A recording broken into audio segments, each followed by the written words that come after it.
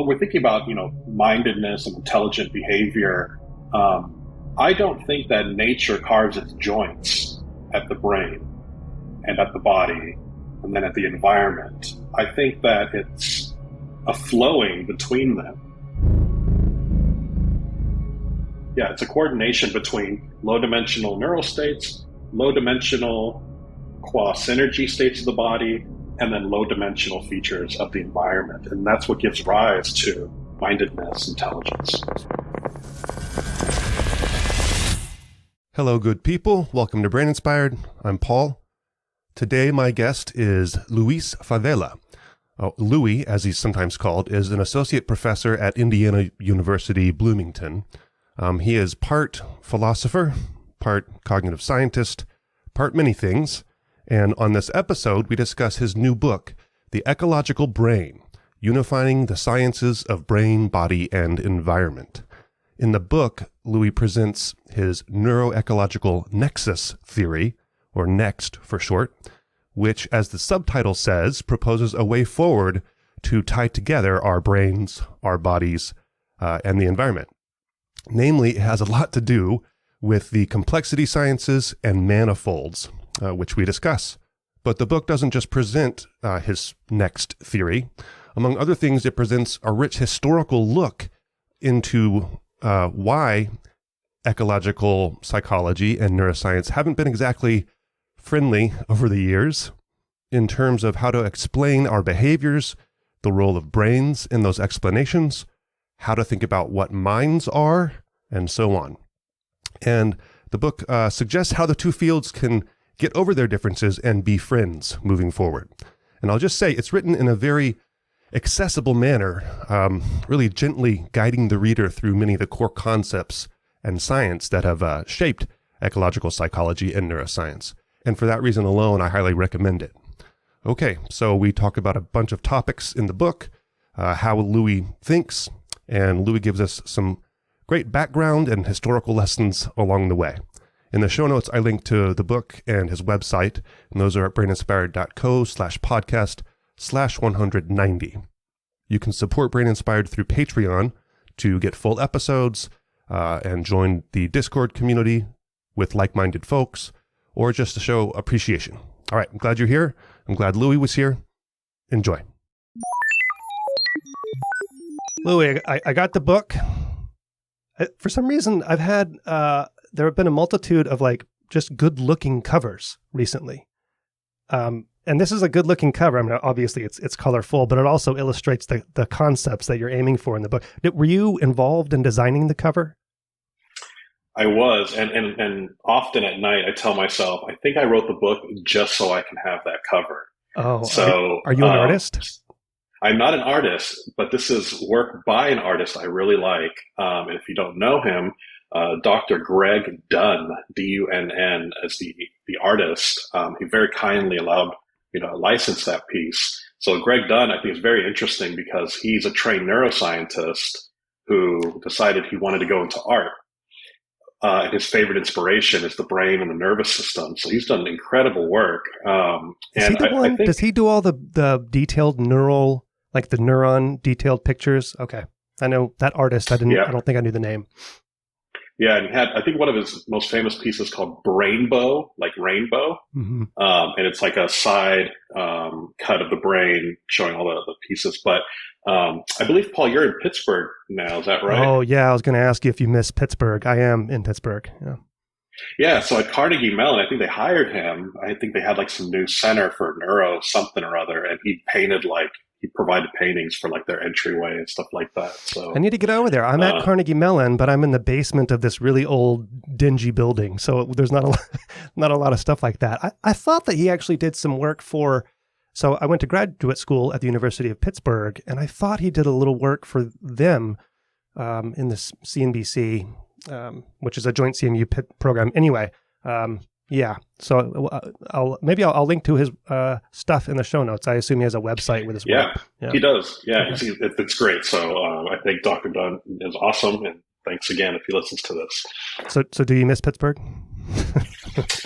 I do. So I've been out there for a fellowship at the Center for Philosophy of Science at the University of Pittsburgh, and I've been out there a number of times for conferences, and I have some collaborators out there. So yeah, I really like Pittsburgh. Yeah, I actually work right next to the Cathedral of Learning where you were, I believe, right, for your fellowship. Yeah, exactly there. Yeah. Okay, so you wrote this book, The Ecological Brain, subtitle Unifying the Sciences of Brain, Body, and Behavior. And in the book, the sort of penultimate thing you do is, well, it's all in service of describing and fleshing out your next theory, the NeuroEcological Nexus Theory, which you have abbreviated as NEXT. And so I will very briefly say that one of the aims of the next theory is to unify ecological psychology and neuroscience, which in the past have been disparate. I don't know if that's an understatement, or at odds with each other. Why did you feel the need to develop this kind of theory? Yeah, thanks. So one tiny minor correction in the direction of grandiosity. So the subtitle is Unifying the Sciences of Brain, Body, and Environment. What did I say? Mind? So, behavior. Oh, I said behavior. Okay. Yep. Yeah, behavior is just, that just falls under it. Now, I'm bringing in the whole kit and caboodle, environment. And sorry. I'm sorry I missed that. Yeah. No, that's fine. It's fine. So I mean, the main kind of driving point, motivation for the book is we've got these two ways of approaching, broadly speaking, intelligent behavior. How to explain these things scientifically. And you've essentially got one that focuses on the scale of the body and the environment. And you have another one that, again, broadly speaking, focuses on, the little stuff like neurons and, stuff like that for driving intelligent behavior. Of course, neurons are part of the body and bodies are part of environment, but, where is the action really at? And so these two approaches have commitments, conceptual commitments, theoretical commitments, and methodological commitments that have kind of, put them at odds with each other. So I can say a little bit about what I think those commitments are. Yeah, let me ask you before you do that. Yeah, let's get into that. But I think you just said that these are both ways of understanding intelligence. I may have misheard you, but I mean, what is the target of NEXT? Is it the mind? Is it intelligence? I mean, so for example, you don't define mind in the book, obviously, but in a sense, I'm not sure if you're trying to redefine the way that mind is now kind of usually thought of as just being a product of the brain, or move the goalpost, or put it in its proper place, or you tell me, what is the target of NEXT? Oh, Paul, this is getting nothing past you. That's right. I did not define mind, and I did that intentionally because I didn't want people to get hooked on what their preferred definition of mind is or what the purview of a mind science would be. So I tried to be pretty broad to include things like goal-directed behavior, what is referred to as cognition, generally, consciousness, things like that. So when I say mind in the book and what NEXT is trying to address, I'm referring more to really kind of like an old way of thinking about what mind is. And that's what William James talked about in the late 1800s, early 1900s, which is mind is mindedness. So there are entities in the world that express mindedness. To be minded is to act intelligently, to act with goals. And it's very deeply tied to natural selection. So why do we do what we do? Well, we want to do the 4 F's, right? So feeding, fleeing, fighting, and reproduction. And so that's kind of the core of many organisms is mindedness. And then you get more complicated organisms like humans who start bringing in other things like art and creativity and things like that. But not to get too Freudian, but in a deep way, those are probably connected in some way to those basic forms of mindedness. And so when I say that NEXT is trying to give a scientific account of mind, referring to this kind of mindedness, right? How is it that we act successful in the world, that we survive, that we reproduce, that we can do intelligent things? Okay. And so you were about to start saying giving some background, I think, on ecological psychology and perhaps neuroscience. But ecological psychology is lesser known, I would say. And it's almost as if the way that I see it, but I'm a neuroscientist, is ecological psychology is like this tiny little sub-corner of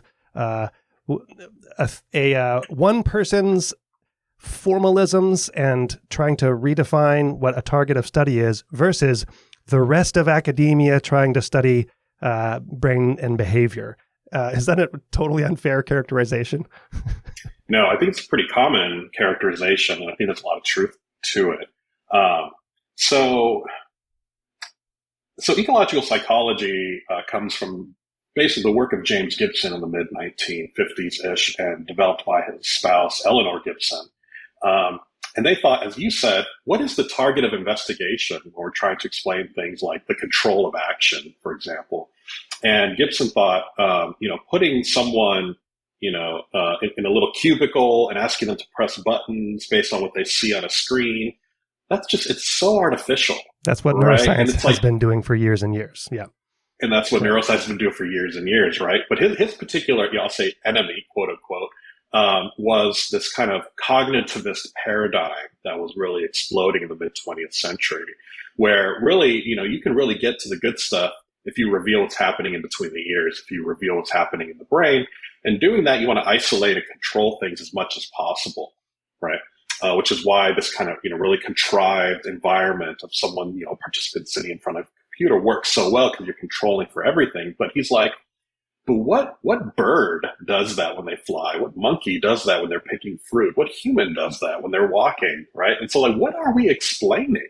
And he said, so the target of investigation must always be the organism, environment, system. And there's like a hyphen there, right? So it's like kind of like one thing. It's this kind of, mutually informing dynamic interaction between the environment and the animal. But his whole focus was on perception in particular, not on what we'll come to later, because I want to ask you about quote unquote cognitive issues, like cognitive, real cognition, as you say in your book, right? Right.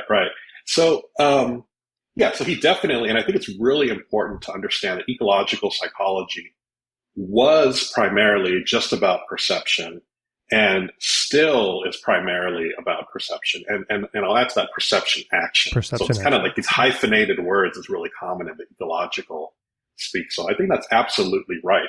But as his spouse Eleanor Gibson showed with her extensions of the approach, she's known, I think, to maybe some of your listeners for her work in developmental psychology. So she's known for the visual cliff illusion in infant development. And a lot of that's based on the idea of, the information. Oh, there's that word. We're going to have to talk about what information is in a second. No. Okay. Right. Oh, yes. But ecological information and the developmental stages at which, infants can resonate with the ecological information in the world in order to guide action. So it ended up going into developmental areas. Today, people talk about things like, quote unquote, mental affordances. So ideas that are afforded. Let's come back to that because let's stick with kind of the traditional Gibsonian historical account of ecological psychology that is really devoted to this perception action continuity, which is one of the tenets of ecological psychology. And isn't so much in our thoughts, in our imagination, right? Yeah. So here's I think an illustrative example historically of Gibson's approach. So James Gibson was a research scientist in the Army during World War II, and he was tasked with helping the pilots land their planes better. So the pilots were terrible at landing. They could get up into the sky, they could drop the bombs, but then they had a lot of trouble coming back and landing. And he was looking at the training manuals, and basically what he found was that the training manuals were telling the pilots to conceive of themselves in this abstract three-dimensional space. So these absolute Cartesian coordinates and notions of absolute distance. And so they said, you are a pilot in a plane, and the plane is so many, miles or distance, whatever, from the ground, and the ground is, and so you picture yourself in this coordinate system. And he said, maybe that's the problem. let me interview the pilots and ask them what they do, what they think when they're trying to land. And when he talked to them, they talked as if the plane was an extension of themselves, right? So it's like, I am going to land, right? Where it's like, I am the plane landing. And what I'm focusing on is features of the environment relative to myself. So when I speed up the plane, I see flow speed up. When I slow down the plane, flow slows down. And by flow, I mean optic flow. So it's that experience that people have, when they're playing like a race car game, for example, they see things pass by them. So that kind of sense of optic flow. So he found that when the pilots focused on, their sense of being in the plane and the ground being something that's relative to themselves, as opposed to both of them being part of an abstract space, that they improved their landing capabilities greatly. And this set the foundation for a lot of his further work. He said, actually, the environment is quite rich with information and seems to specify what an organism can do. The particular medium of the environment, the light, the reflecting off the ground, things like that, are things that the organism taps into to guide behavior. Now, this is very different than the cognitivist approach. So the cognitivist approach, your listeners are in for a history lesson today. Yeah, sorry. I appreciate you walking us through it. So, yeah. And it's it helps to motivate, why I think I did what I did in my book. But the cognitivist approach was thought of generally as a reaction to behaviorism. So psychological behaviorism, the idea if we're going to study, the aim of psychology is to study what we can observe, right? What a scientist can observe. And what we can observe is things like stimulus and response and reflexes and stuff like that. But people always had a problem with behaviorism in that it seemed to leave out this kind of intermediary step. It's not just I am stimulated and then I respond, but sometimes I'm stimulated and then I think about it. And I do internal, non-observable kinds of processes that then inform my output. And this led some people to present something called the poverty of the stimulus argument. And the poverty of the stimulus argument essentially says, what is available in the environment, if that alone is supposed to account for things like language learning or the control of action, it just doesn't seem like there's enough information in the environment to account for what we can do. Children learn language extraordinarily fast, and they can put together a seemingly infinite combination of sentences and words. And they couldn't possibly get that from listening to their parents, even if their parents talk to them 24 hours a day. So where does that capability come from? It must be innate. It must be internal, be it genetic or some Cartesian mind or something like that, right? That must account for those kinds of abilities. And that argument, the poverty of the stimulus, originally comes from linguistics, but it went on to inform the study of vision as well. So David Marr, who I think your readers are probably familiar with, David Marr promoted a kind of poverty of the stimulus argument.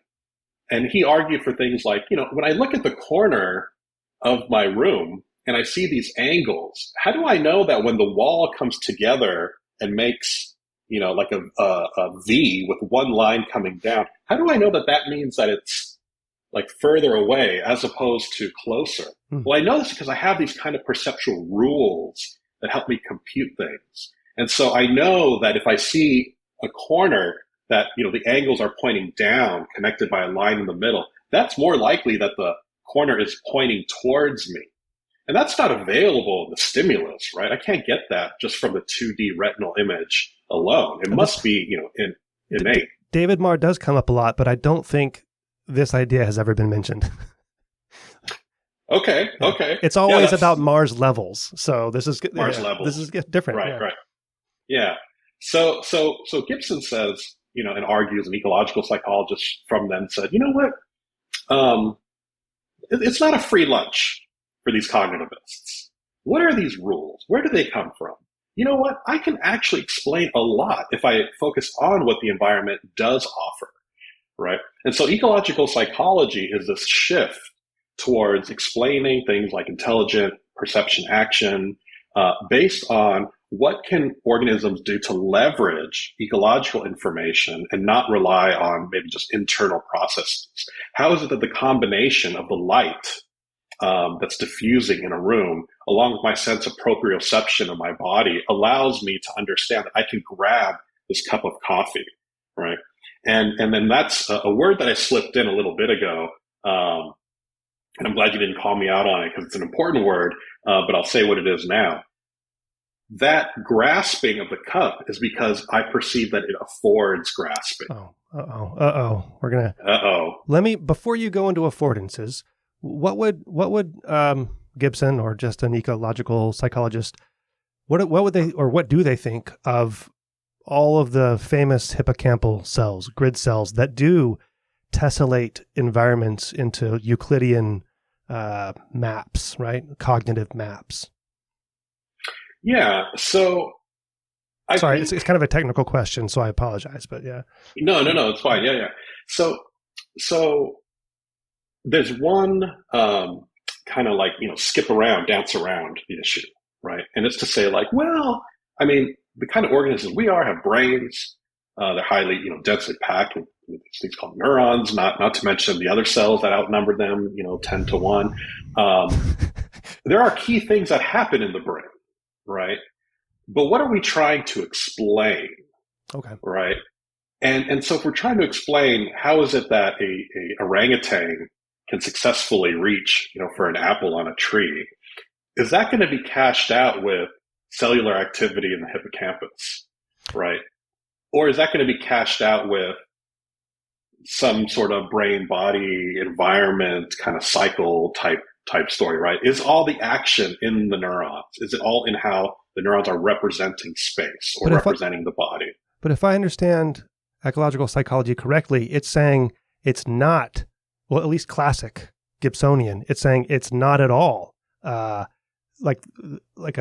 wouldn't even count as a representation, right? As a Euclidean kind of representation. It's all in the action perception while I'm reaching for the cup. But if you're talking mice in a burrows, right, and they have to remember which way to go, then the affordances, which we'll talk about in a second, the continuous optic flow signals are just part of the story. They have to remember like the directions that they were going and stuff, right? We're kind of getting in the weeds, and I'm already just kind of going in on like, but because I don't, one of the things and your book helped me think about this a lot is I don't understand why these two views are or have traditionally been seen as irreconcilable, because maybe we should just move on to say, well, why do you think that they've been irreconcilable? But I've already interrupted you enough, so maybe you should continue on. No, I was really looking forward to this talk because, like, listening to the podcast as I have, your background and your interests, and I was like, oh, I know when you're getting questions, about these different issues. And, when I said that, the Gibsonians accuse the cognitivists of, no free lunch, right? You can't just then say, well, it's just brain stuff. Similarly, I think to be fair, we shouldn't say the Gibsonian gets a free lunch by saying it's not happening in the brain. So there's a kind of socio-historical motivation for why the Gibsonians and the early ecological psychologists, at least, were like so hardcore, non-brain interested. And I think part of that is to say like, well, everyone is just so into brain stuff. They're already going to quickly dismiss us for not focusing on the brain. So we're going to take that and we're going to run with it, right? We're just going to be like saying, forget the brain. When we go to conferences, we're going to say, oh, that doesn't matter. We're going to, write papers and say, whatever happens in the brain. It was a social, it was like a political, it was a strategy. To some degree, yes, because James Gibson himself, even his most popular works, so the ecological approach to visual perception, is published towards the end of his life. He talks about, he starts gesturing at what the nervous system's contribution is, right? And so he gestures at it, and he likes to use the term resonance. right? So the brain and the nervous system resonates with the ecological information. And, you know, people are dissatisfied with that response. I myself am, in the book, this is one of the things. So one of the ways to that you see that neuroscience and ecological psychology can be united is that they both have to essentially compromise. And this idea of resonance is one thing that you say ecological psychology has to give up. Yeah, I just think, contrary to some of my closest colleagues that I collaborate with who are defenders of resonance, I just don't know what work it's actually doing. I understand why Gibson used a term like that. It was very metaphorical. He even referred to it as, a metaphor in certain writings. It was something just to kind of say like, hey, I'm not saying that, my skull is filled with foam rubber, right? Like it's filled with something very wondrous and interesting, and it's doing something. I don't know what it's doing. The best way I can think about it is that it's resonating, right? And that's about it. And maybe future sciences, might augment ecological psychology and include something like that. But we shouldn't just jump right into the brain to try and explain, everything that we think is kind of interesting about being an organism in the world. So it actually makes me think about Freud. And you're like, what? Oh, geez. So Freud, he was wrong about stuff. But he's making a comeback. From what I understand, a lot of his ideas are kind of making a comeback. So they are in certain corners. But what I learned relatively recently, and I wanted to kind of dig in a little bit more and learn, history of psychology, is that Freud started out as a proto-neuroscientist. Yeah, right. Actually, neurobiologist.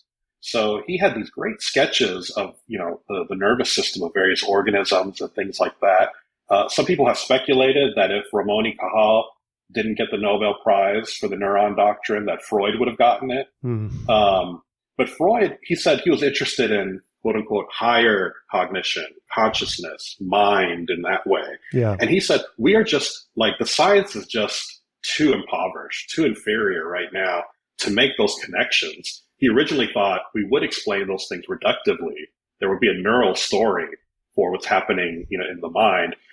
That bottom-up strategy, he said the science is just not there. He's going to take a top-down strategy. And that's why he ended up developing psychoanalysis, talk therapy, right? It doesn't get any more top-down than that. So that was really, do you think this is a historically correct interpretation that like I don't know if he actually directly related this, right? Or wrote about it, that he simply thought that the technology and the science wasn't there enough for him to progress far enough that way. So I'm gonna invent a lot of psychological terms and go that way. Okay.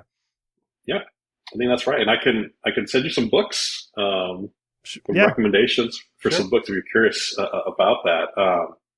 But what he did after he made that move, that's a whole other story. Sure. Okay. Right? So yeah. But your point was that he started off with an interest in the neuroscience, and at that time, maybe what you're about to say is now that we're under the deluge of data and computational power and techniques that have come along, that now at least the neurosciences are in a better place to be able to begin to explain.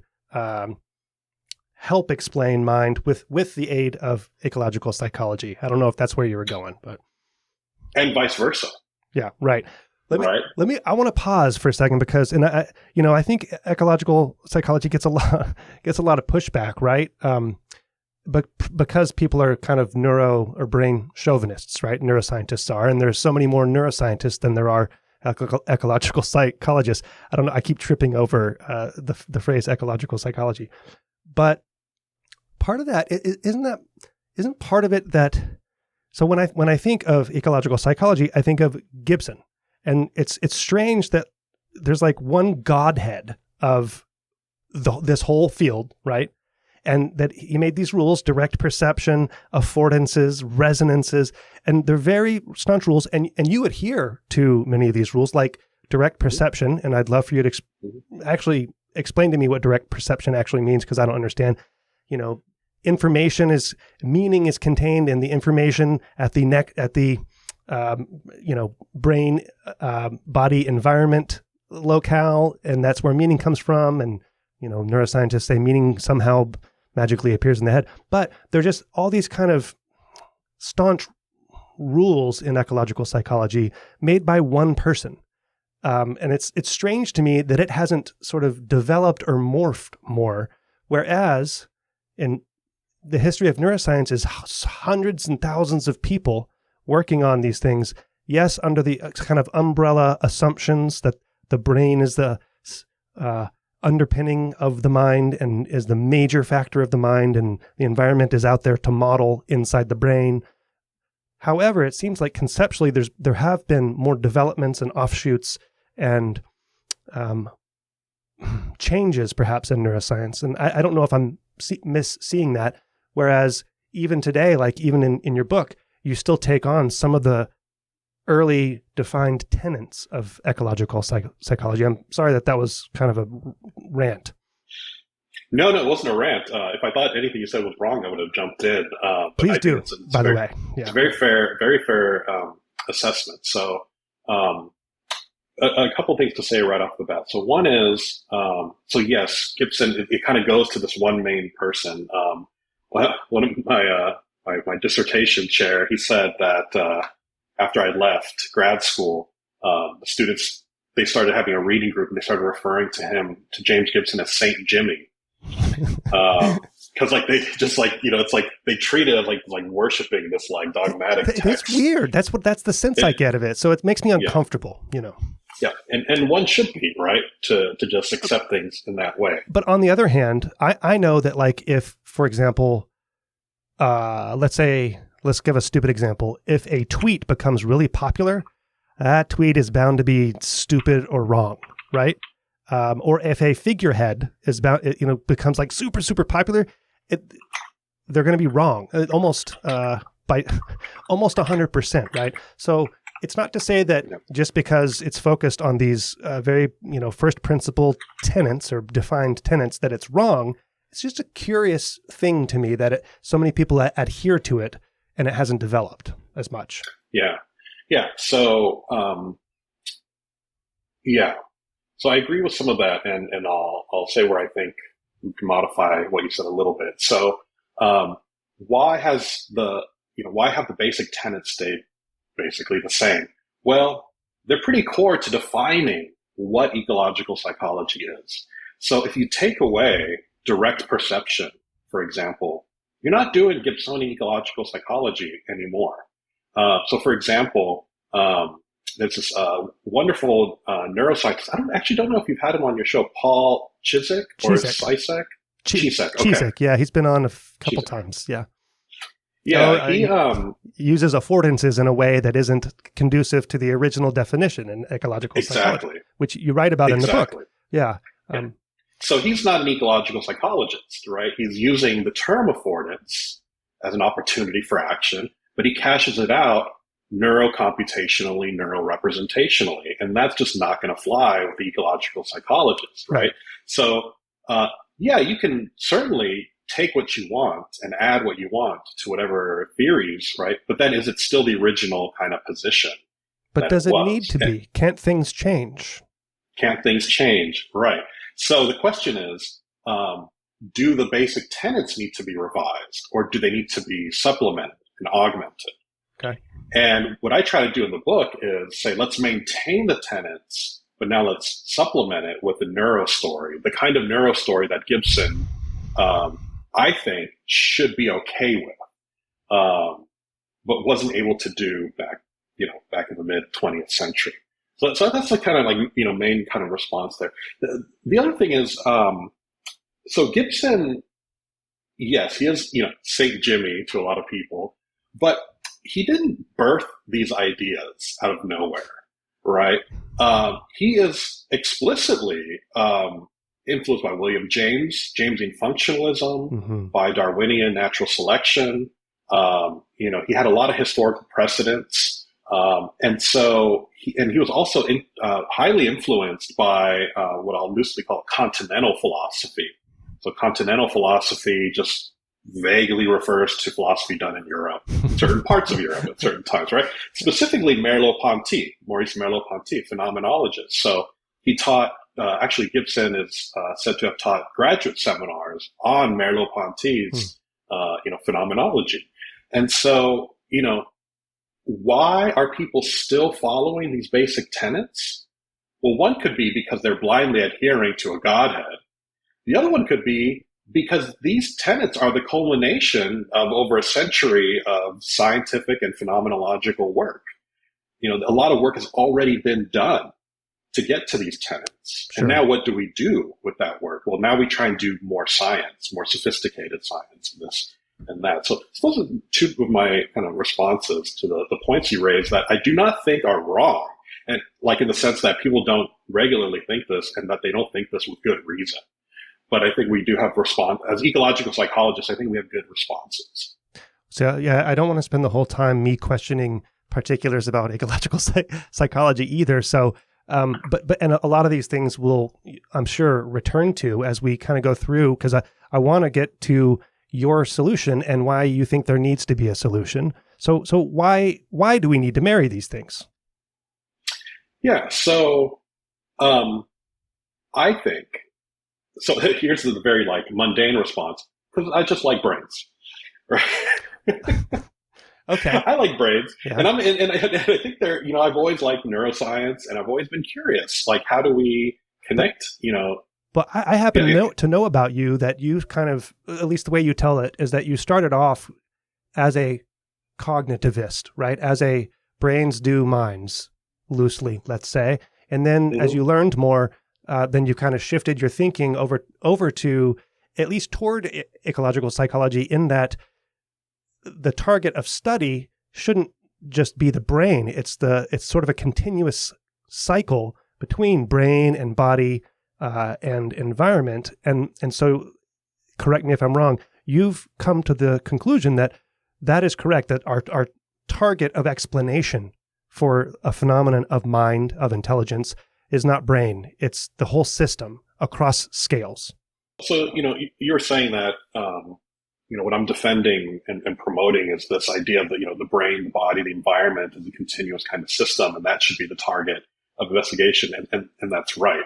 So I started, as you said, pretty hardcore, brain focused, cognitivist. I thought, neurocomputations and representations were where it's at. And in grad school, I got exposed to these ecological psychologists. I got exposed to dynamicists, to embodied cognition people. And at first I was like, what is going on here? This just can't be right. I thought these people had it all figured out. Why am I now questioning these things?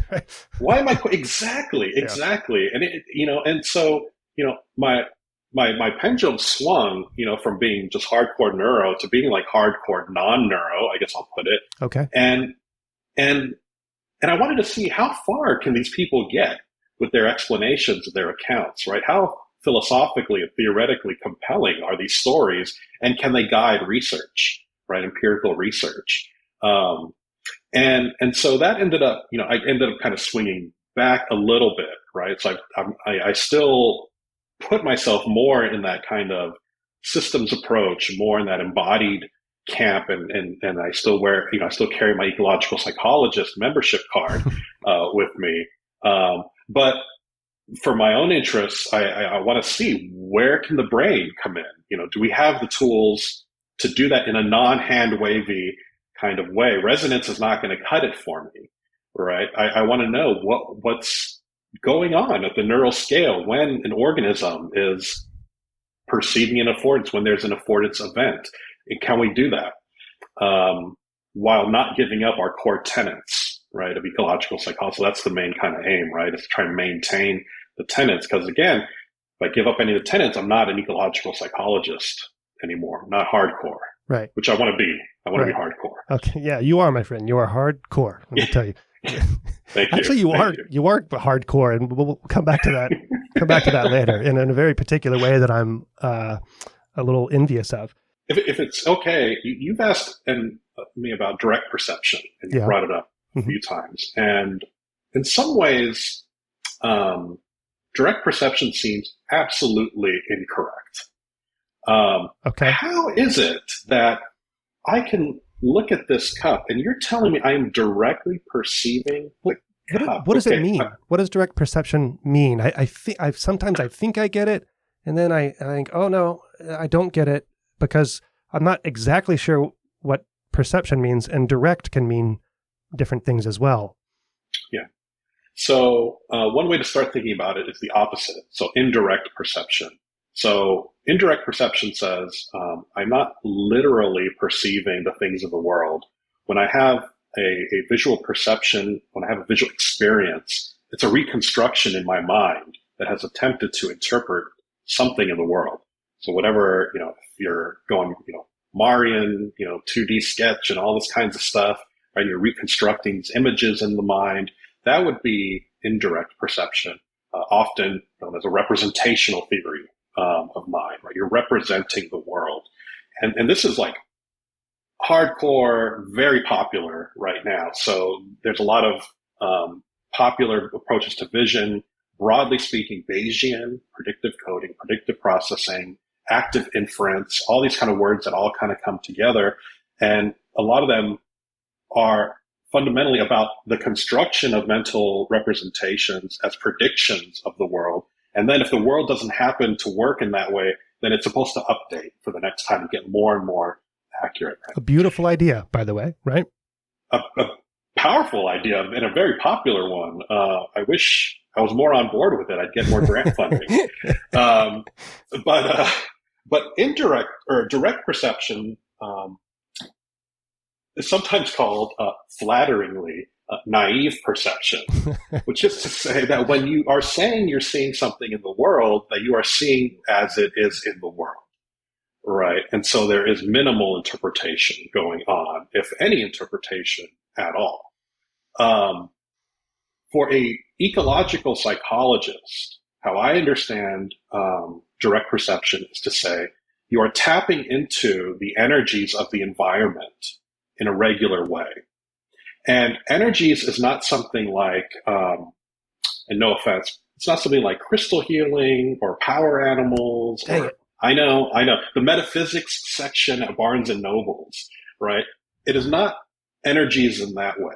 It's like literally like the stuff that physics studies, right? Photons in the environment, light refraction off surfaces. And if an organism is selected to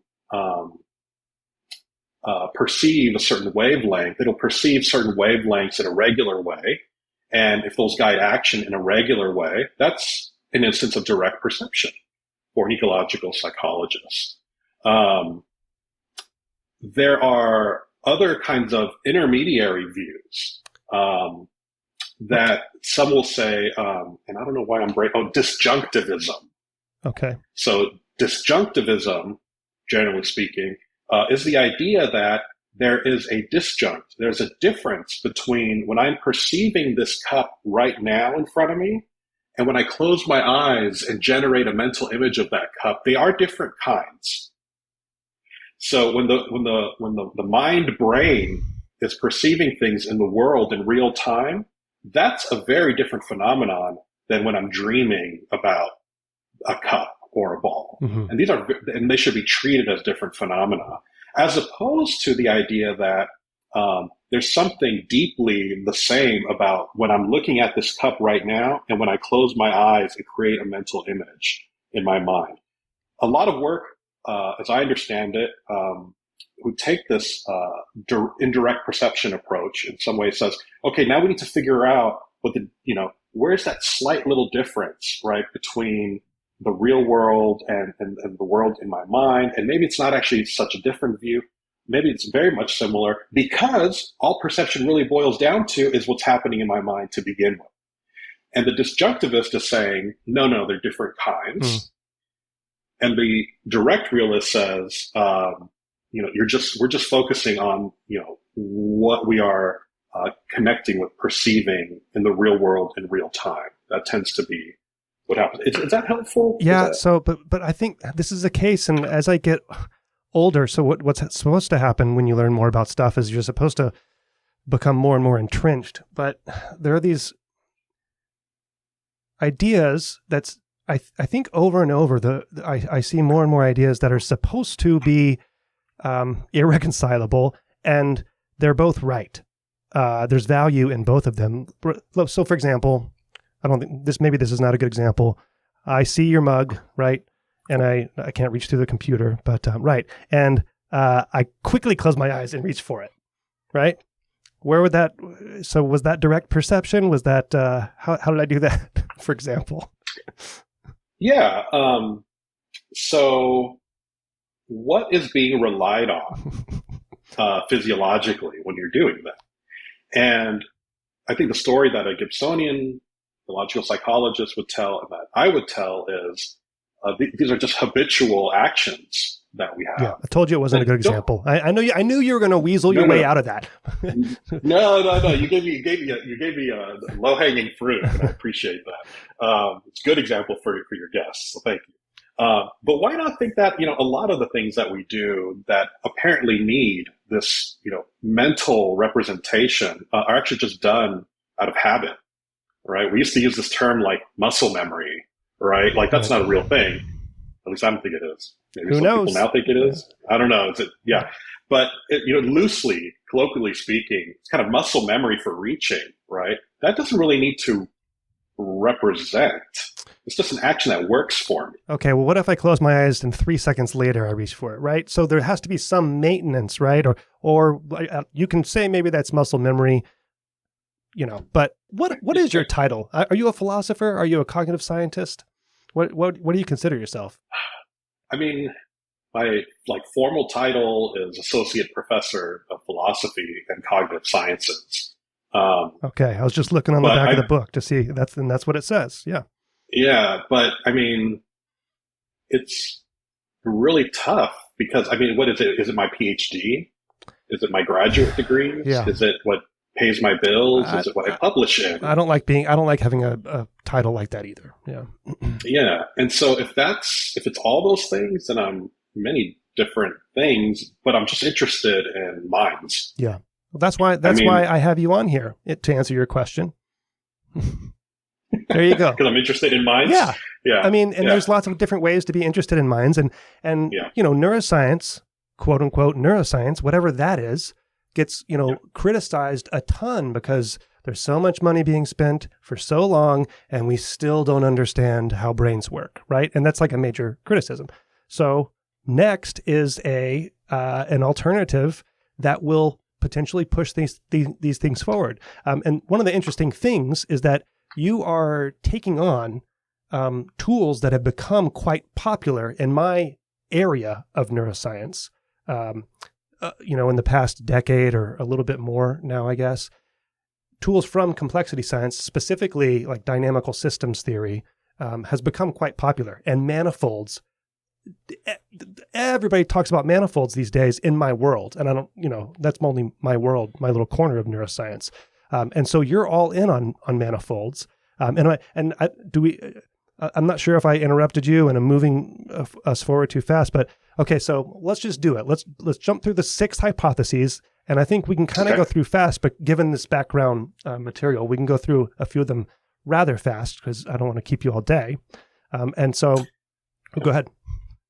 Yeah. So, I'll read the hypotheses off, right? And then, I'm not going to make you do it. So I'll read the hypotheses off, and then I'll say what I think, sort of what you alluded to in the book.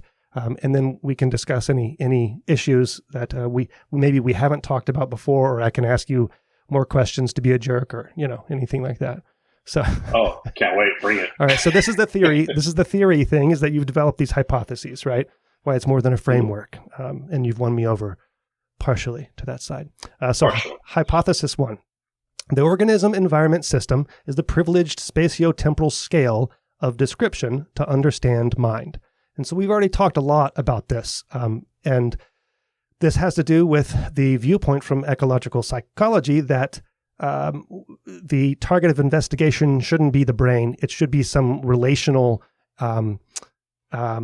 dynamics between brain, body, and environment. And I'm not sure if you want to say anything more about that or correct me. Yeah, so I that's right. So, when we're thinking about, mindedness and intelligent behavior, I don't think that nature carves its joints at the brain and at the body and then at the environment. I think that it's a flowing between them, right? Or among them, actually. Between seems to put a barrier there. But this way of talking and the way of doing science requires that we draw boundaries. And I think that that's fine. I think that's interesting to say, like, this will be the organ at this scale and the body at this scale and the environment, and we'll constrain it because we have to do our science in a manageable, interpretable way. But in the end, we cannot forget that the brain is always in a body. I was really happy to have Pusaki endorse my book. Yeah, you got a blurb from awesome. Yuri Pusaki. Yeah, he's awesome. And it was funny because he's like, I don't know why this mundane truth is so hard for people to swallow. That brains are not like a great separate thing. Like, they're always in an environment. They're always in a body, and the body's always in an environment. I know why. And I'm like, I know. I know why. I mean, there is legitimacy to the idea of wanting to study the brain for what it does. Of course, it's connected to the body, right. But if your target of interest is understanding the brain, then you can understand the brain. I mean, my target of interest is understanding the mind, and now, because you have repositioned where the mind is, and in my head now, I think, well, I don't, what do I need to think about the relation to understand what a person is? Like, where is in the individual? Is there an individual?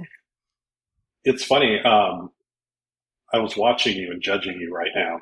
So you said, because I was doing this and moving, and yes. You were talking about brain mind stuff, like in a way that was just like really localized between the ears. Yet you were doing it embodied.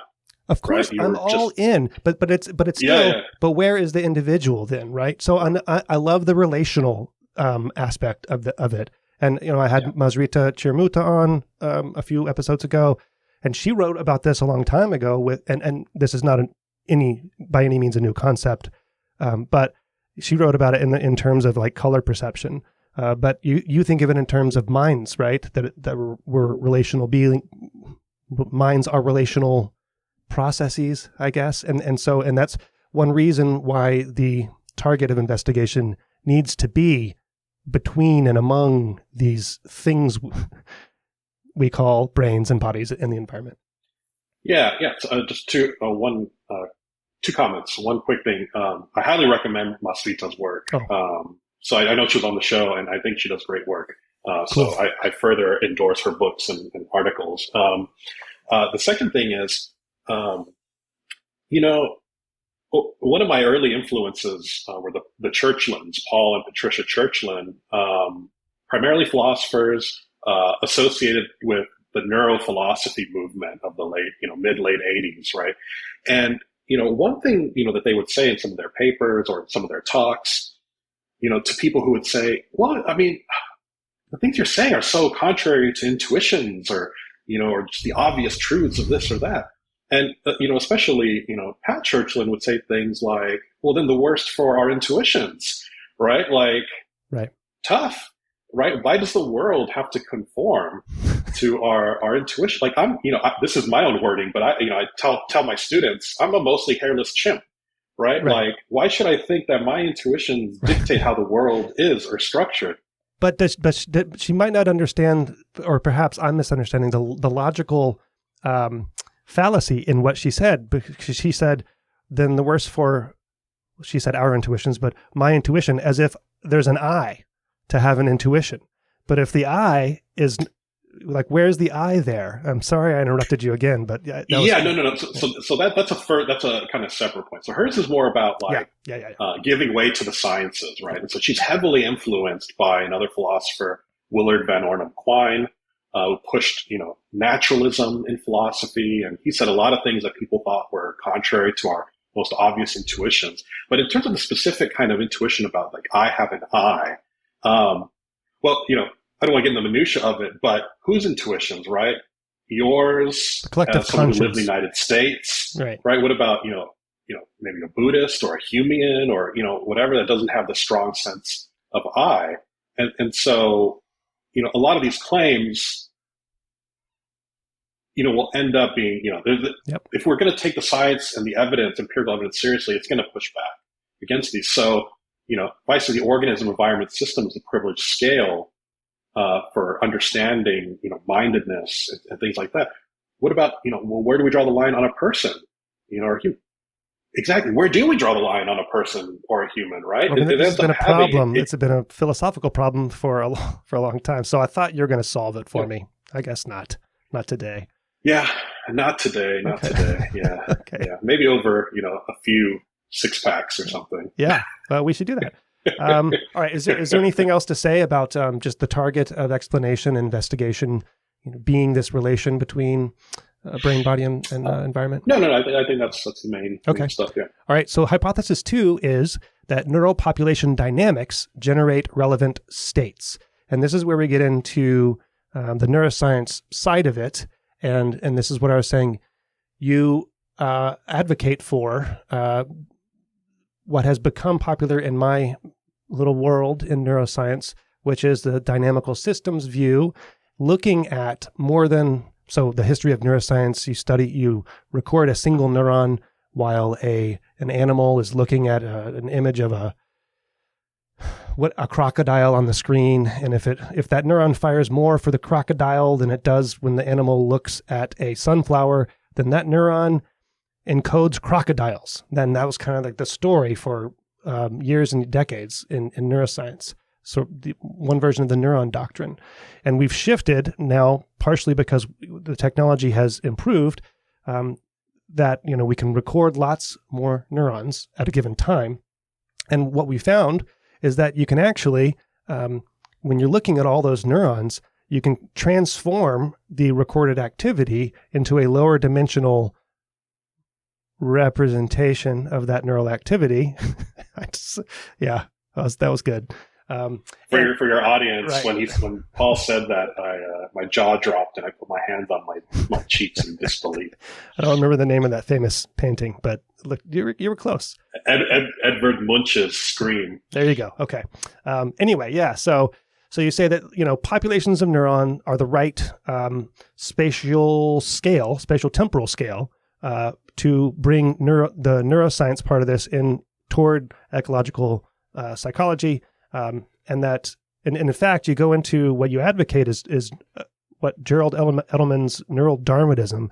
And I fear that we could spend a lot of time talking about that because that's like a whole, so I don't know if you want to succinctly discuss that and tell me what I got wrong with the description with hypothesis 2 as well. Yeah. So, when you started talking about hypothesis 2, kind of started overlapping a little bit with hypothesis 3. But hypothesis 2 is definitely focused. No, that's okay. So hypothesis 2 is definitely about like saying that I'm going to hedge my bets, and I think it's going to be neuropopulations, and that's already kind of slippery, right? Right. What is a population? It's more than one, more than a single area, and more than a single neuron, and less than an entire brain region. Let's say. Exactly. Right. So what is that? Right. It's also saying mesoscale. Right. What is that? Right. So it will probably end up being relative, right, to the task or to the, the target of investigation. But I do think there's something about, I think it's unlikely that sophisticated information like faces are encoded in single neurons. I think that's unlikely. The brain regions, for various reasons, probably bigger than we need to account for this phenomena. There's much more localization than that. But Gerald Edelman, I think, is a overlooked pioneer. I think people maybe might group him with Francis Crick and Christoph Koch as helping push the idea that the study of consciousness could be scientifically reputable in the late 80s and early 90s. But he offered, a very sophisticated account of how minds emerge in organisms that starts with a developmental scale. So Edelman won the Nobel Prize for applying Darwinian principles of selectionism to antibodies and how they deal with pathogens and things like that. That's right. And he said, why not apply it to more things, right? Yeah. and so he, his attempt was to say like, okay, well, when we start, at the zygote and we build up, there's like selection pressures happening. He didn't put it this way, but it's key to what he talks about. It's always environed. That's the word I'm using right now. But, the zygote is always in an environment, right? The temperature, gravity, all these things are pulling on the expression of cells, of the, genetics and things like that. And then he tells a story going all the way up to, well, now we've got organisms with more fleshed out brains. And how do we know, which networks, which connections are the ones, to be selected for? Well, there's, goes back to the 4Fs, the things that facilitate things like fighting and fleeing and stuff. And try giving this account of, strengthening and weakening of connections. That's very Hebbian and all this stuff. So he gives a very sophisticated account. And towards the end of his life, and I think this might connect, Paul, to the second half of your podcast aim of being, neuroscience and AI stuff. Oh, we got it. We have to talk about AI. We can't finish this thing because I have questions about AI. But maybe we'll get into it now. Who knows? So yeah. Hey, I'm ready to roll. Yeah. All right. So Edelman, towards the end of his life, started trying to, take the Feynmanian, Richard Feynman approach. That what I cannot build, I don't understand, kind of saying, and put these principles in. He didn't call them artificial intelligence. He didn't call them computers, and he didn't call them robots. He called them like brain-based devices, because he didn't want people immediately thinking like these run on, syntax, rules, representations, all this kinds of stuff. Right. He tried to have, software that mimicked these kind of neuro-Darwinian principles of selectionism. And again, towards the end of his life, late 90s, early aughts, he would test these robots. So there was one case where they had a group of robots. They were going to play a football or a soccer match, right? And one team had robots that were based on like symbolic architectures, and then his team were all based on these brain-based approaches. And so, like the first few rounds, the Edelman team was just getting crushed. Yeah. Right? Because the symbolic people already had the rules. They were ready to go, but the others were learning, right? But then it didn't take long, and then there was a big shift, and then the Edelmanian brain-based robots started crushing the symbolic architecture because they started developing more contextual-based rules and things like that. So, long story. That's Edelman in a nutshell. And I think there's a lot to be said. And he gives a very compelling story why the population is the scale for mindedness and things like that. Yeah. And I could follow up on whatever you need. No, that's okay. Well, let's move on to hypothesis 3. No, let's move on to hypothesis. No, let's talk about AI for just a second, because I want to make sure that we get it. And we will, if we need to, we can just go late. I don't know what your timing is like today. Okay. Good. Because it's interesting. So let's say Edelman developed these brain-based devices. And as you know, today we have deep learning, machine learning-based AI, which is just killing it at language. And a lot of people say brain modeling. It is killing it. It's not, it makes mistakes, right? But we can always play that game. But it's really, really impressive in many ways, right? And image recognition and all that stuff. And yes, it's not perfect. And it is based on really old ideas about what a neuron does. And so it's sort of birthed from, let's say, neuroscience. My question, and in fact, like recently, I just moderated this panel at a conference, and it's the question that originally sort of this whole podcast was based on, what is this relationship between AI and neuroscience? Like, how do they inform each other? How should they inform each other? How can they inform each other? And I don't think that there's ever been a panel of ecological psychology and AI. Has ecological psychology informed AI at all? Have there been, do you know? And I guess not vice versa, but is there a relationship? So, short answer is yes. Okay. But a little bit more fleshed out answer is probably not like directly and obviously. So, Gibsonian ecological psychology had an enormous influence on embodied cognition and activism and these other kind of 4E approaches.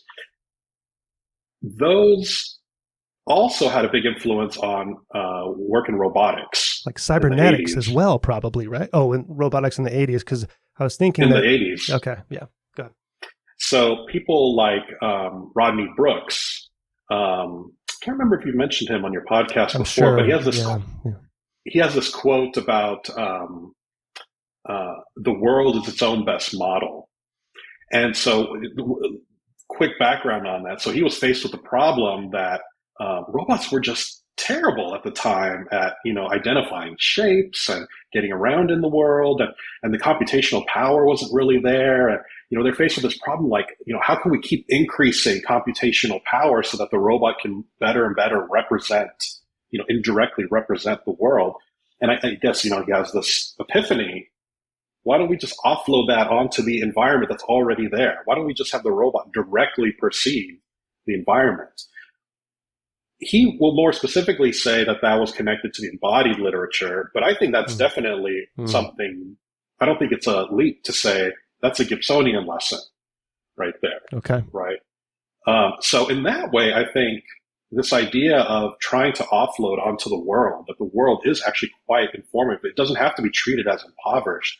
I think any approach like that is likely to have a connection, to Gibsonians. There's a lot of work in robotics on affordances. I think those tend to be more loosely Gibsonian.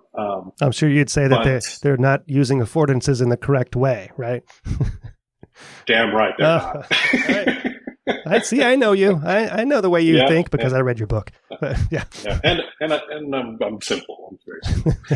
And lazy. We found out. And lazy. Yeah, definitely guilty as charged. But did the Gibsonians, does the embodied cognition stuff have an influence on these current trends in AI? I don't think as much. Okay. Yeah, I don't really see it as much. So, it's back to focusing on between the ear type stuff. Well, kind of, but they don't pay attention to neuroscience much these days either, right? And not that they should. Right. Depends on what their goal is, right? You're right. I was being sloppy. I meant more like kind of like localized, like not really caring about the body as much. It's an information processing approach, right? It's a cognitivism approach, you might say. 100%. Yeah. So what I really wanted to ask you was like how you think, let's say you're successful with Next, right? Or I don't know what successful is, but let's say like you come to a place where there's work being done that's a value that is explanatorily satisfying.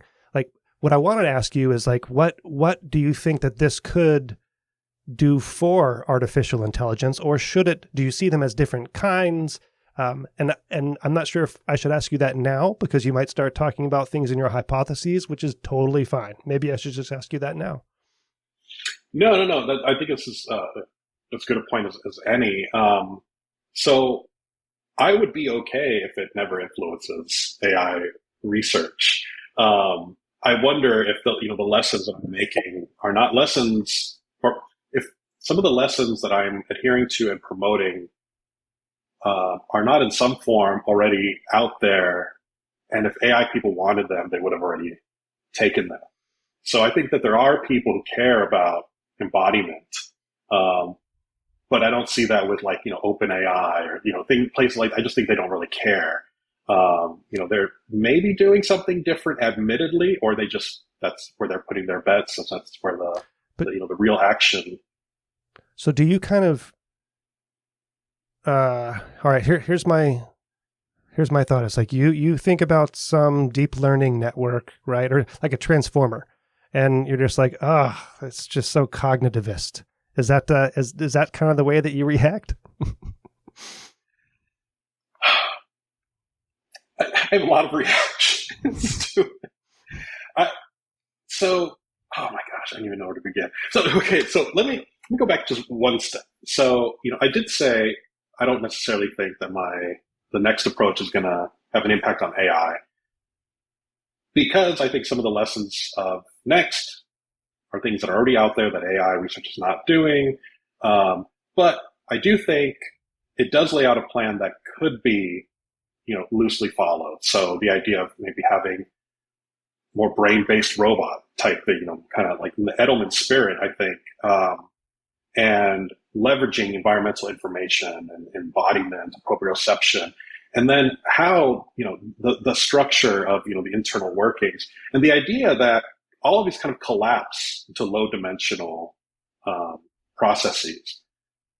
I would say that maybe that could be a helpful lesson for AI. Having some way to develop, this kind of collapsing into synergies and low-dimensional processes could be helpful for doing that. And I'm sorry, and then so I jumped back and we had a question. The question, oh yeah, I was just imagining you being judgmental about the way AI is done. That's right. Yeah. That's right. Yes. Again, guilty. I'm lazy. I'm judgmental. These are all things that I am. It's like staring into a mirror in many ways. In many ways, like the haircut. Yeah. Yeah, that's right. The piercing eyes. Oh my! Wow. Oh my! I wasn't expecting. Oh, I was talking about myself. I see. Yeah, but I mean, what am I? So, what are these people doing, right? What are these people who are developing and I have to keep saying quote unquote AI, because I have a problem with it being referred to as artificial intelligence, but me too. I don't like the term. Yeah, this will be fun. And I'm talking to Kim Stackenfeld in a couple days, and she works for DeepMind. So whatever you're saying now, I'll pass this along to her. I'll say, what are you doing? Please do. Yeah. Okay. What are you doing? Like, what are we trying to explain, or what are we trying to build? Right. That the latter is all anyone cares about in AI, I think. As an outsider, that's my perspective as well, right? And so can you build a system that you can put natural language prompts and get natural language responses? Yeah, we're seeing it. And it's cool and it's awesome. But is that telling us anything about how we work, right? Is that explaining how we work? Is it also saying, and if it's allegedly based on how, neural networks, biological neural networks work, is that really the best way that they should be doing it, right? There's, various, kinds of approaches to it as well. Right. I mean, Gary Marcus is a big symbolic architecture guy. So he's been pushing that.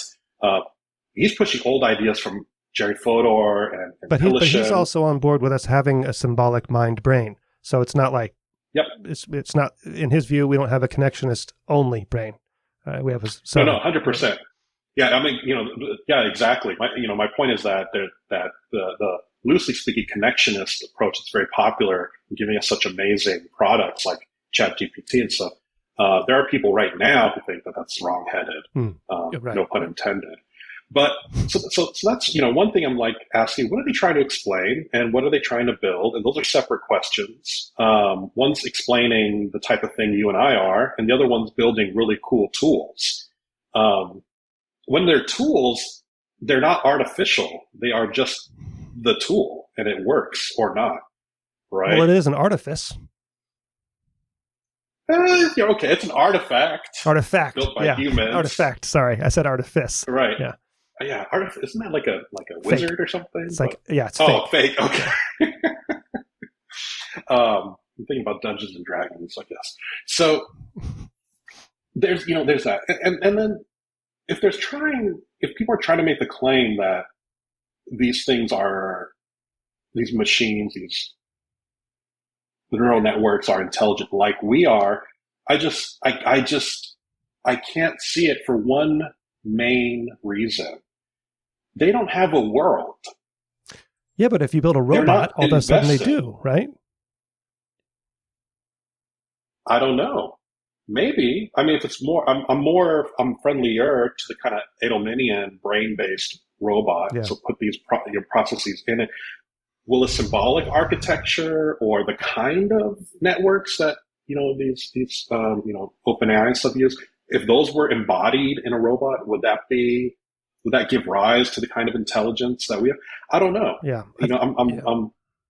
phenomenological, classical phenomenology. So Martin Heidegger, Husserl, Merleau-Ponty, I think they were right about something basic about the human condition, is that we are in a world that we care about. Yep.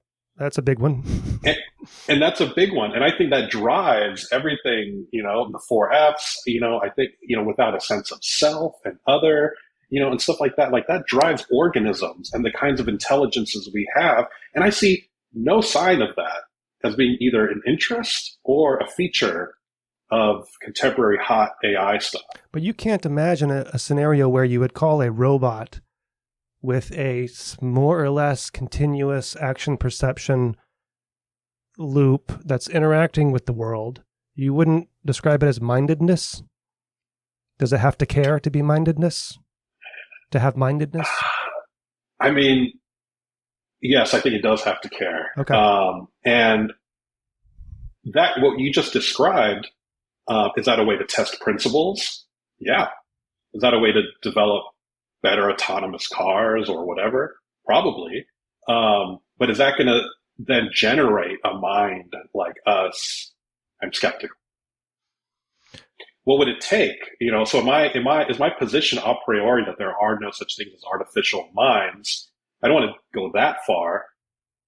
But I think there is something to be said about, our evolutionary lineage and the things that we have been selected for over billions of years, and the kind of care that arises from that. And again, I'm using care loosely. I'm not, saying like the kind of care that one has for their child. No, I care about my hunger. I care about where my arm is. I care about, being in the world, as phenomenologists say. And I don't think that these machines have worlds. What if they use what if they use manifolds? So hypothesis 3 is that mind is based on low-dimensional neural dynamics. And as you alluded to, I started talking about the dynamics in hypothesis 2, which I bled them into each other. But this is all about manifolds, and you describe manifolds a lot in a lot of the work that's being done using manifolds. And so you're all in on manifolds. Yep. I think manifolds, I'm starting to think that there's a sort of kind of cool geometry about the brain's structure and, about the way we do things. And I use that quite loosely. I think, topography is a great way. I've been knee deep in fractal analysis and concepts and stuff for a long time now.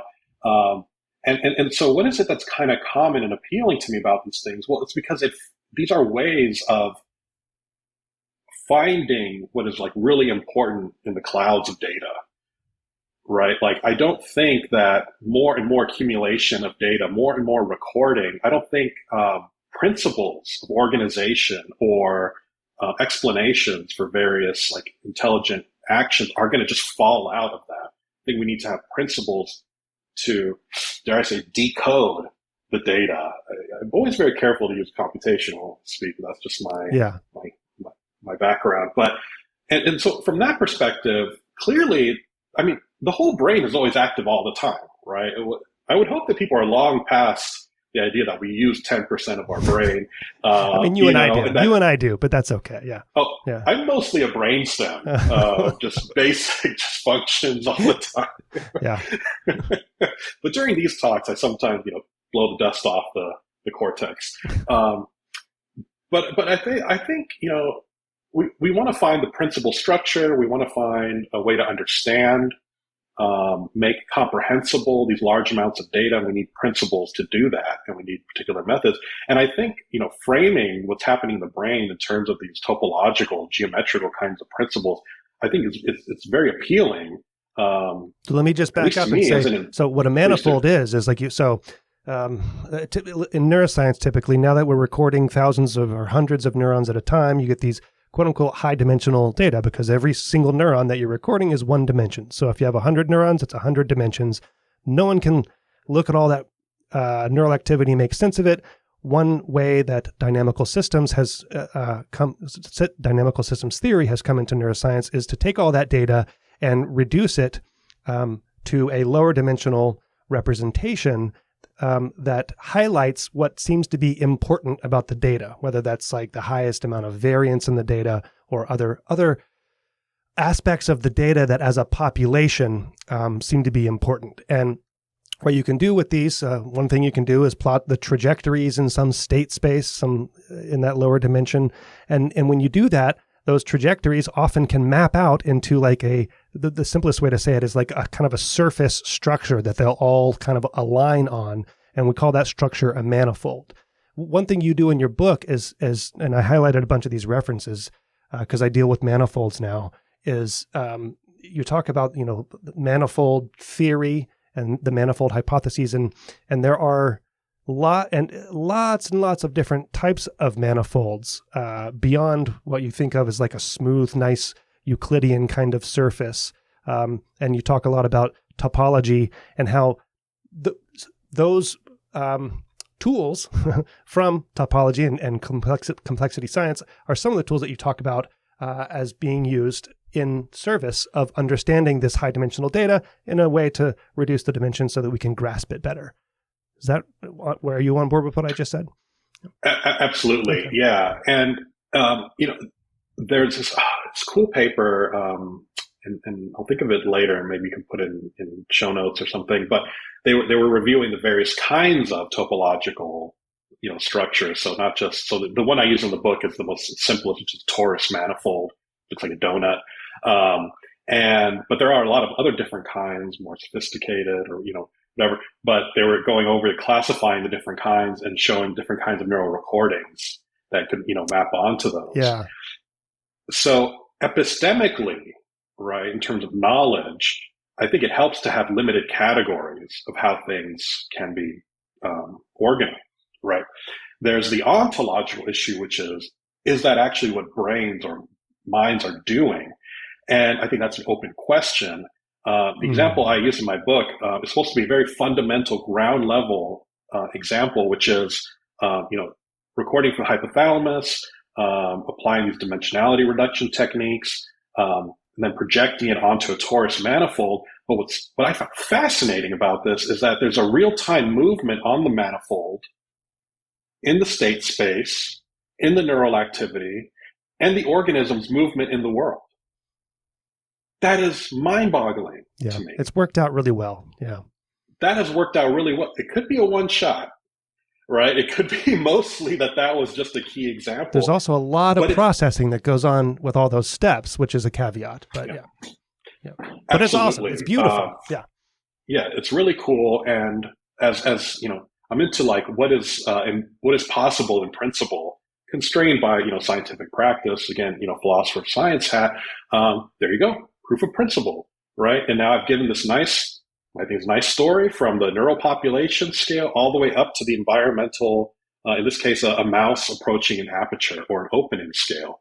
What more would a Gibsonian want? I haven't given way on any of the principles, and the neuroscientist should be happy because I haven't hand waved at the neural scale. I've said this is what's happening right now at that neural scale. But the ecological psychologists, wouldn't they have a little trouble with manifolds in the brain?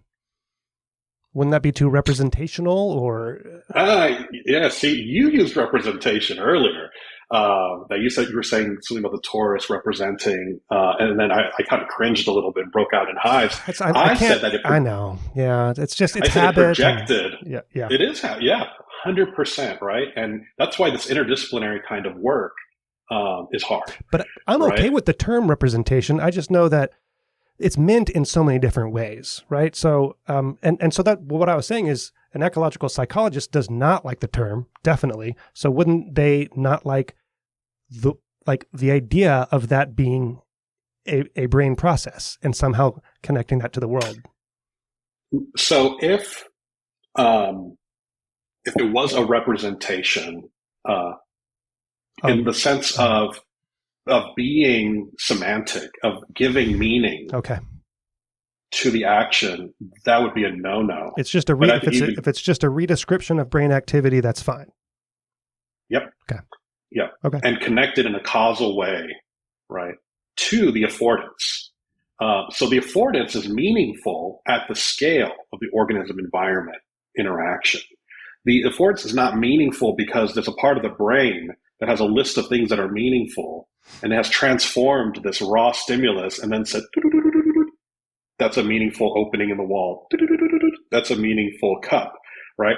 And that's one of the big problems that, Gibsonians, ecological psychologists, some of the more radical embodied people have with cognitivism, is this idea that really intelligence, really meaningfulness and semantics and stuff that really just comes from the brain.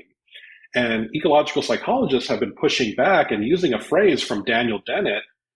He used this phrase called loans of intelligence.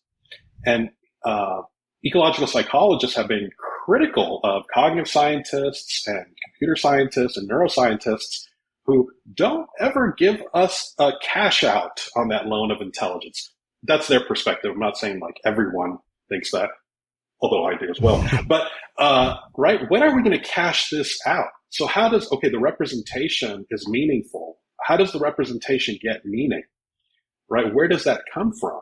And the ecological psychologist just wants to say the meaning is in the act, and the act happens at the scale of the organism environment system. If it wasn't meaningful, I wouldn't be able to, successfully drink coffee out of my mug.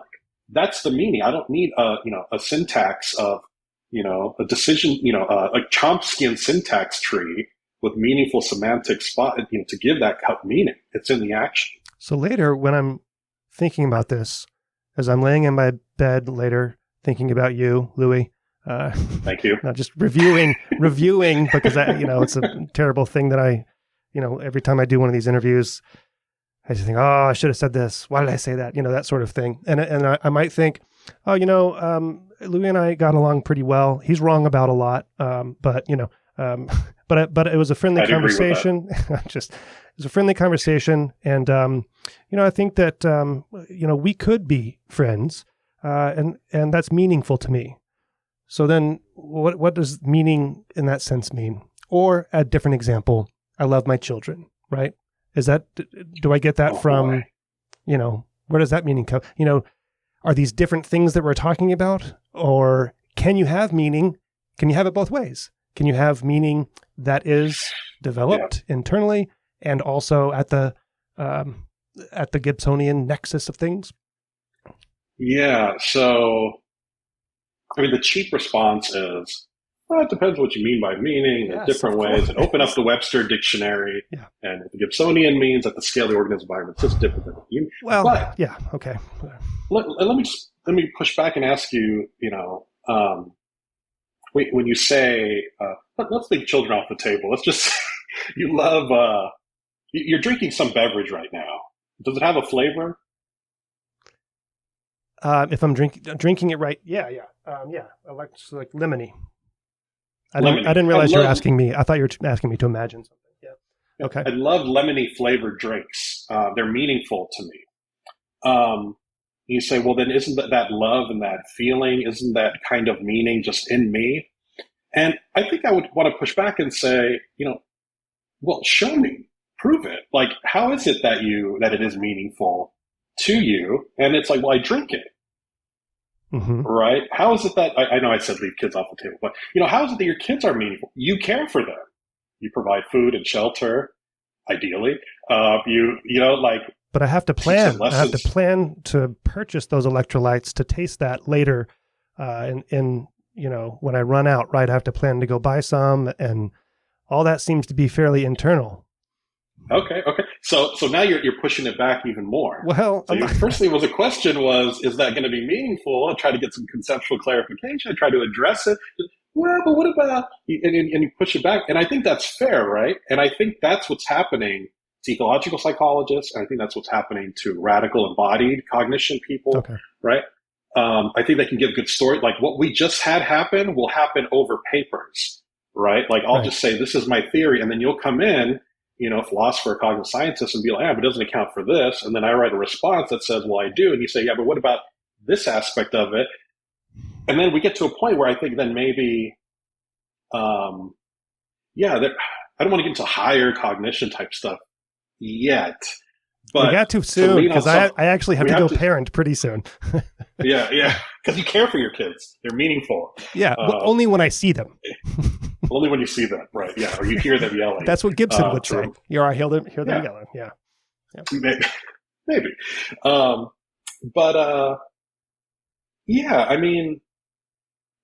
think we need to, get semi lost my train of thought, but I think, we have to be clear in our questions.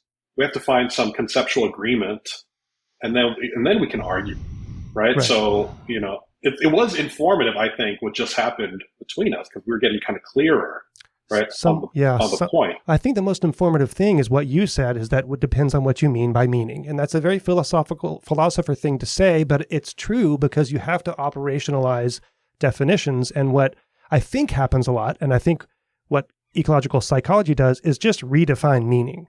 And the cognitivist it's not saying meaning is in the head, but that's just how we understand meaning, by like what we're thinking or something. I'm trying to play devil's kind of advocate both ways, and clearly failing. But no. I agree with that. Not the failing, but reconstruction. This cognitivist approach that seems so, fundamental to the relevant sciences and the philosophy of mind, like that's not always been the case, right? Even in philosophy of mind, there's been a debate between internalism and externalism of meaning, right? And I think a lot of philosophers, I might dare say, are leaning towards externalism in grounding meaning, right? Of course, there's internal things that happen, but essentially, why does the word water mean what it means? Because it links up to H2O, which links up to how the world is, right? It's not, I don't give it meaning internally. It's something that's strongly constrained by the way the world is. But yet somehow we skip over that. We go, no, but the real stuff that we want to explain is all just the internal. Or can it be both? Okay, why not both? Why not both? Yeah. All right, we got to get through like these other concepts real quick. So hypothesis 4 is that the body, like the neural activity, like the mind, is organizes into low dimensional synergies to generate relevant states. So a synergy, I'm going to give it a quick and dirty definition. And by the way, I can only go for another 8 minutes or so, but we're not going to get through everything, and I don't want to get through the whole book anyway, but so I will refer, the listeners to go and get the book, because, we haven't even covered, there's so many concepts, even in complexity science, that we haven't covered. So I want to make sure we get through at least a little bit more of that. Okay, so I read the word synergies, and I thought, oh man, here we go. We gotta talk about synergies. So maybe you can just describe that. Essentially, right? Go ahead. Oh, just the easiest way to think about synergies is just functional units. So when various components self-organize into a functional unit, and it's functional when it carries out a task. So the body will organize, right? It'll collapse its degrees of freedom into a low-dimensional state to carry out a task, right? All the different ways my arm can move don't matter when I just need to reach for my cup.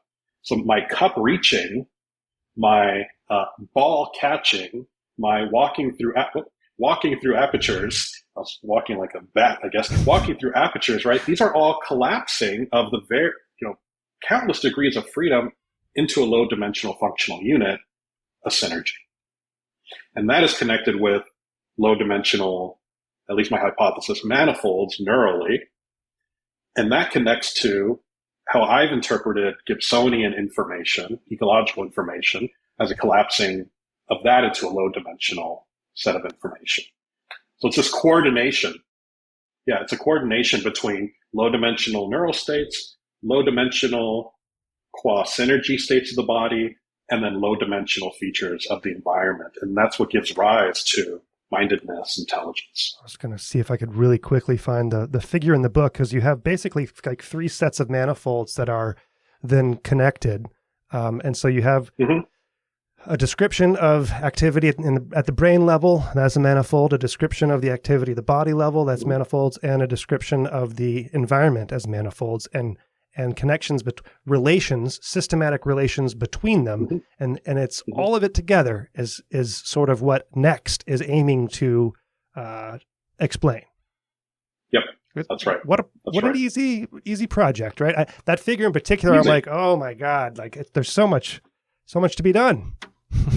There's a lot to be done. Yeah. And I think interdisciplinary communication is key, right? I remember one of my advisors back in grad school saying, she was a philosopher by training, but she went to the Society for Neuroscience, and she said, just like thousands of, posters and hundreds of talks, and they're all different subjects. They're loosely organized into groups, but nobody's talking to each other about how they relate. How does this row of findings, of poster findings, relate to that row of poster findings? I think nobody right? And is selling it a little bit short, but largely I agree that it's very few, very, very small percentage. Yeah. I mean, I'd be curious to hear you say more. Well, I mean, about that, but yeah, we'll reconnect offline. But yeah. But the point is that even within one field, it's really hard for people to make these connections. And then there's computational neuroscientists, genetic, people working at the molecular level, things like that. Let alone psychology, cognitive science, philosophy, and so having these talks and making these connections makes that work of piecing together those three state spaces that I presented even tougher to do. But what I suggest, to revisit an earlier point, is that maybe we just need a shared language, right? Complexity science might be that kind of substrate-free, or not free, substrate-neutral kind of wording and methodology. Okay, so hypothesis 5, and I'm going to just read it and skip over, is that mind is fundamentally emerges at low-dimensional scales of the organism, which is the brain and body / environment activity. And you go into emergence in the book, and it's one of the characteristics of complexity, of complex systems. Okay, so, and I'll leave that to the reader to explore more. So finally, hypothesis 6 is that next, the NeuroEcological Nexus Theory explains the architecture of the mind by means of a finite set of universal principles. And it's these universal principles that you think the concepts in complexity science that you can apply to different systems at different scales, in scale-free ways, across temporal scales and spatial scales. There's a finite set of unit, and you don't know exactly what that set is, but you lay out lots of examples that seem to fit this bill, and have been applied in different domains. And so, is it sort of the search for those principles and where to apply them and how to systematically connect the different brain, body, environment systems? Yeah. I mean, ideally, next we'd be able to leverage work in other areas to find, those principles. So, fractal scaling or scale invariance is a common feature of temporal aspects and spatial organization of organisms. And that's a kind of universal kind of basic principle, right? Why genetically encode exactly where every bronchial tube is? Why not just encode split every now and then?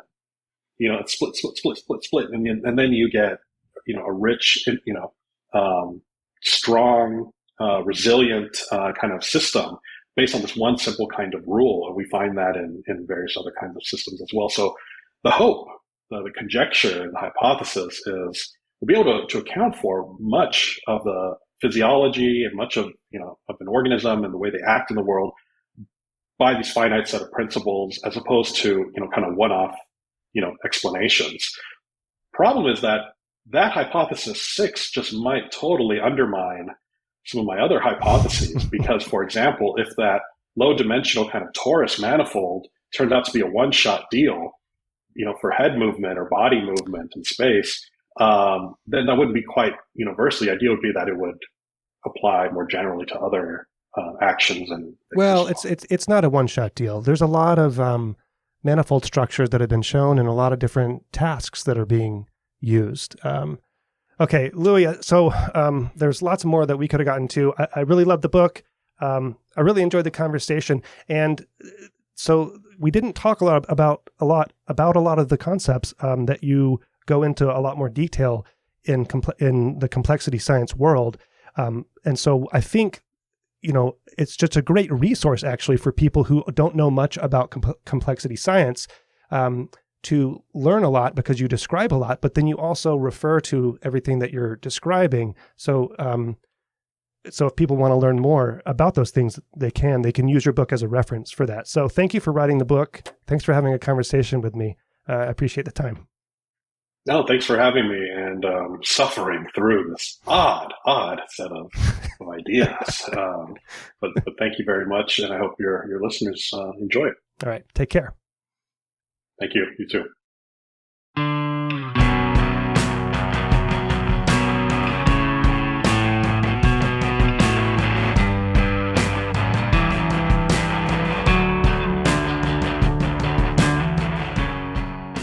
I alone produce Brain Inspired.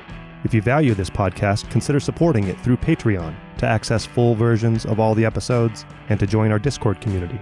Or if you want to learn more about the intersection of neuroscience and AI, consider signing up for my online course, NeuroAI, The Quest to Explain Intelligence. Go to braininspired.co to learn more. To get in touch with me, email paul@braininspired.co. You're hearing music by The New Year. Find them at thenewyear.net. Thank you for your support. See you next time.